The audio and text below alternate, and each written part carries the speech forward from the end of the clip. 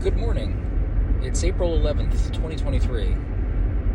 This is the morning ride into work. Yesterday I made videos in the afternoon as well. I posted them on the other page. In the process of making the videos for Channel 2, I actually couldn't remember the name of the second channel. This one is now called Expounding Upon the Toad, which means I'll have to change the watermark in the corner at some point. The other channel, which I couldn't remember when the video that's posted on the other channel, is Expounding Upon the Toad also. Seemed like it would be very easy to remember, but I couldn't remember it. I put some videos up. I talked yesterday afternoon about the new ducks that we got. We've got 3 older ducks, and we recently bought 4 baby ones. Our older ones are Muscovies. The younger ones, there's a Pekin, and then 3 currently black ones. I can't remember what they're called. My wife knows the name of them. We don't even know the sex, whether they're male or female ducks, but they're not Muscovies, which is a shame because the Muscovies were nice. They're very quiet ducks, a little mean, but they're pretty good. They're when they're in laying season, like, we get an egg per duck per day, so it's like 3 eggs a day from those ducks during the summer. I've talked on other videos about things I do, like pickling eggs and things like that to make them last longer. We hope to not have the same amount of waste we had first couple seasons. It's like, we really never expected them to lay that much, but now we'll have more eggs, so we'll probably be sharing eggs with our friends. Anyway, the point was, I made a couple of short videos after the 3 driving videos. I made a couple of short videos showing the current duck confinement area and what we're going to do to expand it. We have a retriever cage hooked up to a chicken coop that we've modified for use by ducks. I think I explained that in the videos. I know I did. I explained it yesterday. I don't know if I talked about it. Oh, for the love of Pete. I don't know if I talked about it in the morning. But the only modifications we had to make to the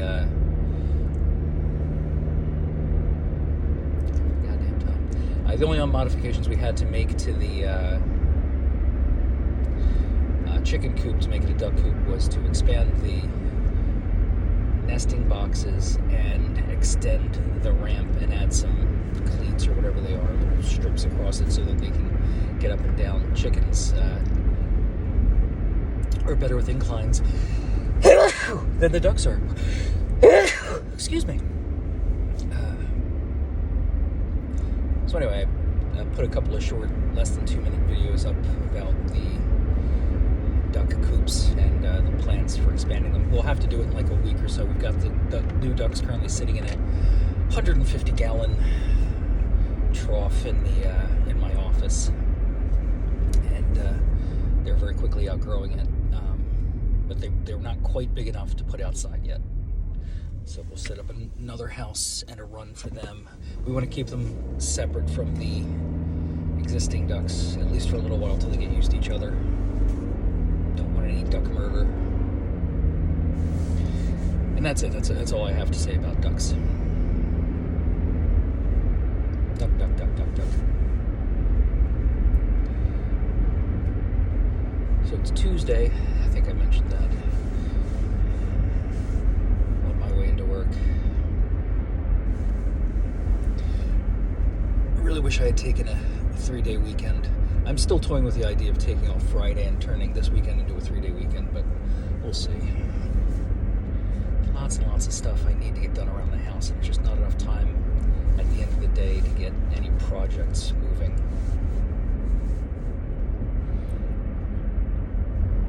Commute's part of it. I have a review coming up. I'm going to ask about extending my remote working privileges to more than 1 day a week. How much stuff fell off the... God damn it. Ow, ow.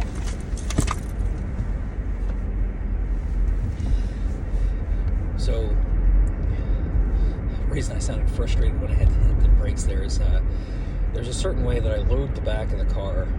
I've got two bags, my lunch bag and my briefcase, my shoulder bag with my laptop in it. So usually I'll put my lunch bag in first, and then I'll put my laptop bag in at an angle next to it, up against the door, and that has seemed to work forever. Like nothing ever jostles.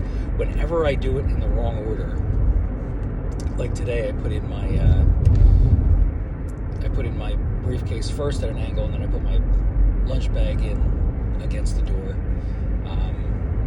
Invariably, someone in front of me will just slam on the brakes like they did a couple of minutes ago, and my briefcase goes flying, which it just did, flipped over in the back seat.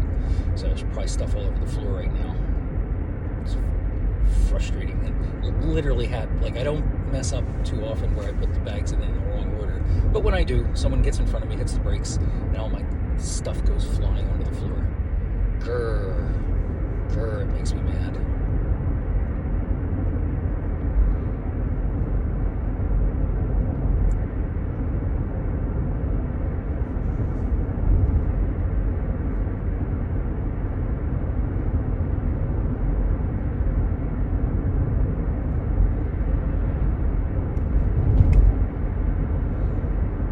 I thought I got to bed at a reasonable hour last night. I think it might have been around 8 o'clock. I'm still tired. I have 4 cats. There's one of the cats we call Tubbs. His name is actually Tiger. His original name was Igor. When we adopted him, he originally owned to another family who returned him. They said something about he didn't get along with the people or another pet. I can't exactly remember, but I think the reason they returned him is because when he was very young, he was stinky. Like when he would use the litter, it was like nerve gas or mustard gas. It was absolutely horrific. That only lasted a little while. He got better, but he has a crazy personality. He's turned into a bit of a butterball.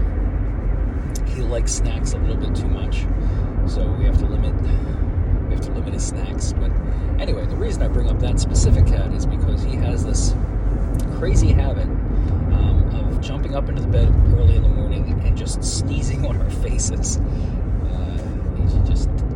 He's got these weird reverse cat sneezes, but I can't explain it. It's like a weird hiccup sneeze thing that some cats do. But he'll it seems like every morning he'll just jump up on the bed. He'll snuggle up right next to your face and then sneeze on you. It's gross. Cute but gross.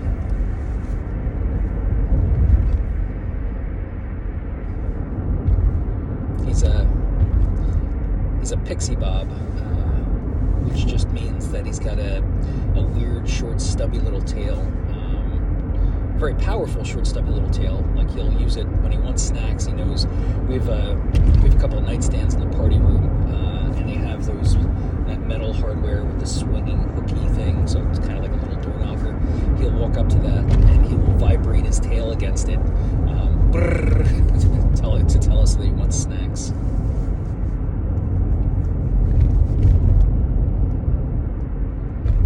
Very demanding cat. Very cute. Toying with the idea of getting coffee here. Got a coffee here yesterday and it was terrible. I just recharged my account at work, so maybe I'll just wait till I get to work and get some work coffee. It's bad, but at least I know what to expect. Dunkin' Donuts is usually good. Like I said, every once in a while you get a bad cup of coffee. I don't know what causes it. I don't know why sometimes the coffee's just bad. How can it be that inconsistent? Maybe it's me. Maybe my taste buds are different every day. I don't think so. As you can tell, literally zero planning, no content. Just hoping I have stuff to talk about. I don't, but it doesn't hurt to hope.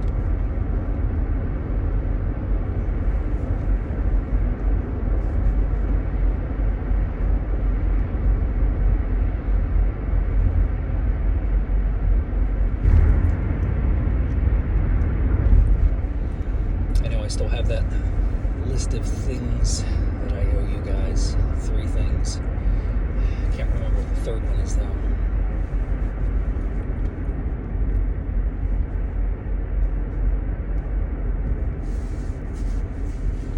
The other channel, Expounding Upon the Toad also, which is mostly videos of me driving home from work, which is mostly videos of me driving home from work, as opposed to these videos, which are completely different. This is me driving to work. I was briefly looking at the analytics on that page, channel, whatever these things are called, and like literally 0 views in the past month. Like there's no one is seeing those videos at all, which I don't mind. I'm not advertising them, and I actively tell people not to watch because there's no content here. It's just me talking. Sometimes there's stuff like yesterday afternoon. I gave my biscuit recipe,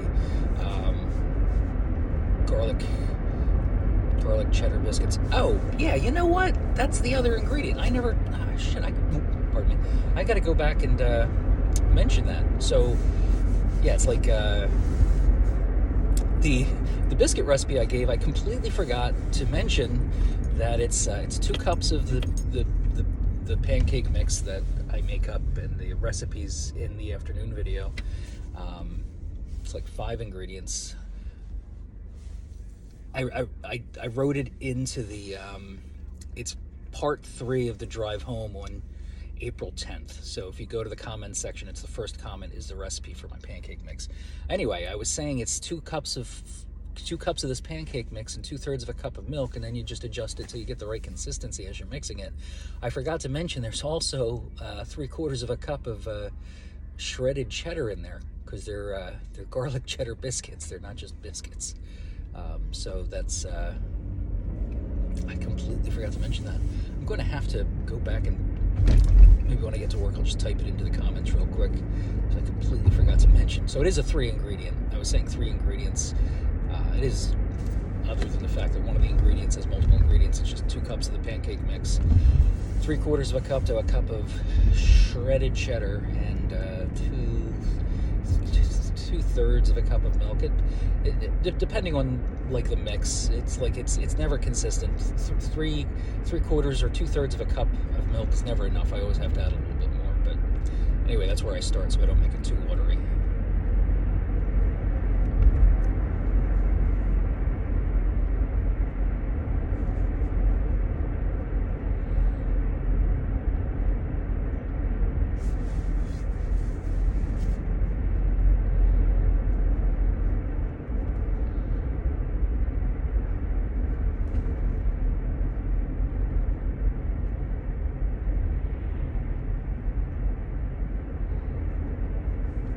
I didn't pack a lunch yesterday,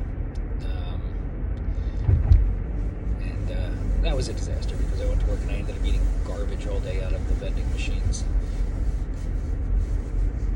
I did pack a lunch today. Yogurt, salad, sausage, breakfast bar, container of milk, container of orange juice, container of nuts. There's an applesauce. It just goes on like this.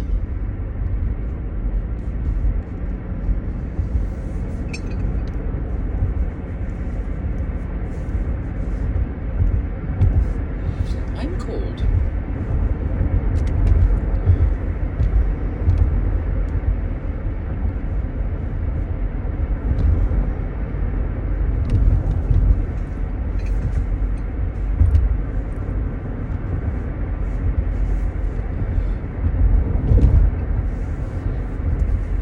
Jingling you may be hearing again is that water bottle bouncing up against that brass Christmas decoration that I've got to get fixed. I'm going to try to remember today to, besides trying to just take that decoration in and to have it brazed, I'm going to try to remember to take those. There's 2 of them back there. There's one on each side of the car, 2 of those glass water bottles. San Pellegrino, by the way, if you were wondering a couple of episodes ago when I was trying to remember the name brand of the where I get the green water bottles that I refill with filtered water. It's San Pellegrino. That's the name of the brand. Usually once a week, like on a Saturday morning or Sunday morning, I'll wash them. I'll wash them throughout the week. The bottles. The dishwasher we specifically bought because it needed to fit those water bottles and those large kombucha bottles, because we fill those. I save those and I fill them with water too. At this point, I have too many. I should probably slim it down. A bit of a headache. And like I explained, soda bottles, like the caps off of like Coca-Cola plastic bottles, I save those because the San Pellegrino bottles come with an aluminum cap. I don't like reusing those. I prefer the plastic caps. They fit perfectly. I don't know if San Pellegrino is made by the same company that makes Coke. I guess Coke is the company. I don't know, but the soda bottles caps fit perfectly on the San Pellegrino bottles. So I use those, fill them with filtered water, cap them, and throw them in the refrigerator.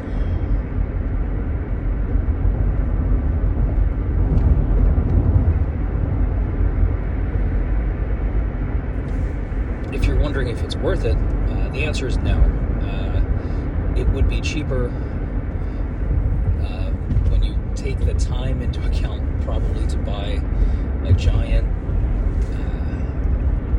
bulk container of bottled water, rather than spend my Saturday mornings filling all these ridiculous San Pellegrino bottles with water. But at least I'm not burning through all that plastic. Might be one of the last people who gives a crap about that stuff. But it's like I hate I hate to buy water. I feel stupid every time I buy water. But it's because you get water for free at home, essentially for free. So I hate buying bottled water, even though it takes a significant amount of time to refill those bottles. I just feel bad about wasting so much plastic. So that's what I do. I just refill the water bottles with filtered tap water.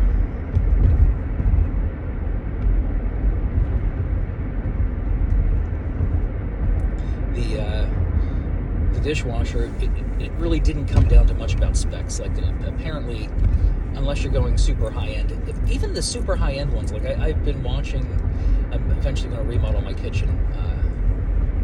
Since I've been there, this is the third dishwasher I've had since I've been there. The house came with a dishwasher. That one died, and unfortunately, like, I've made this mistake multiple times. The old equipment, people will argue this, but it's not anecdotal at this point because it's happened multiple times. I've moved into places that have very old appliances, and those appliances work forever. Like stuff from the 80s and stuff like that. Something will break, and your natural instinct is, well, this thing's a little, it's a little beat up. It's like a little corrosion around the edges.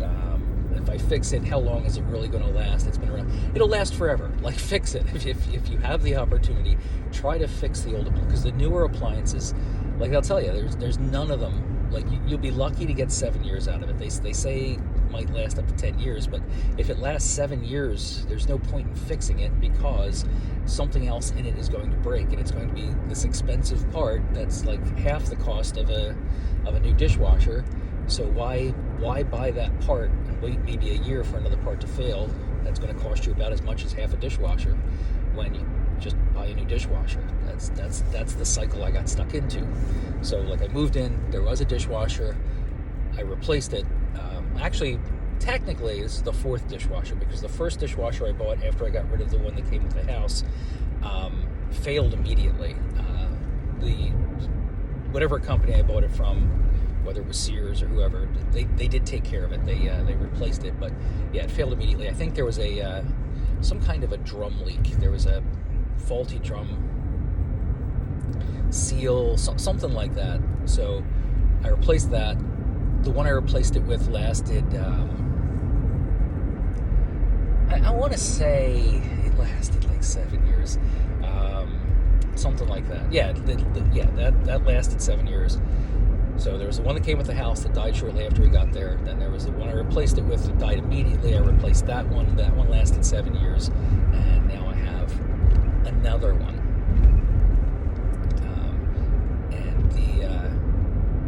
Like I said, the method for choosing this one had to do with the bottom rack, the tines, whether or not every other one could fold down, because it's fine for the green water bottles, but the kombucha water bottles are wider and they won't fit with standard tines. You have to be able to knock down every other tine so that you can stand the bottles up on them. And this is like the only dishwasher that they had there that did that. So that's how I chose my dishwasher, because it had collapsible tines.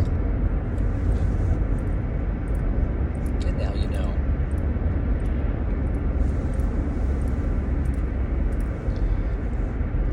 Well, that took us right up to 22 minutes.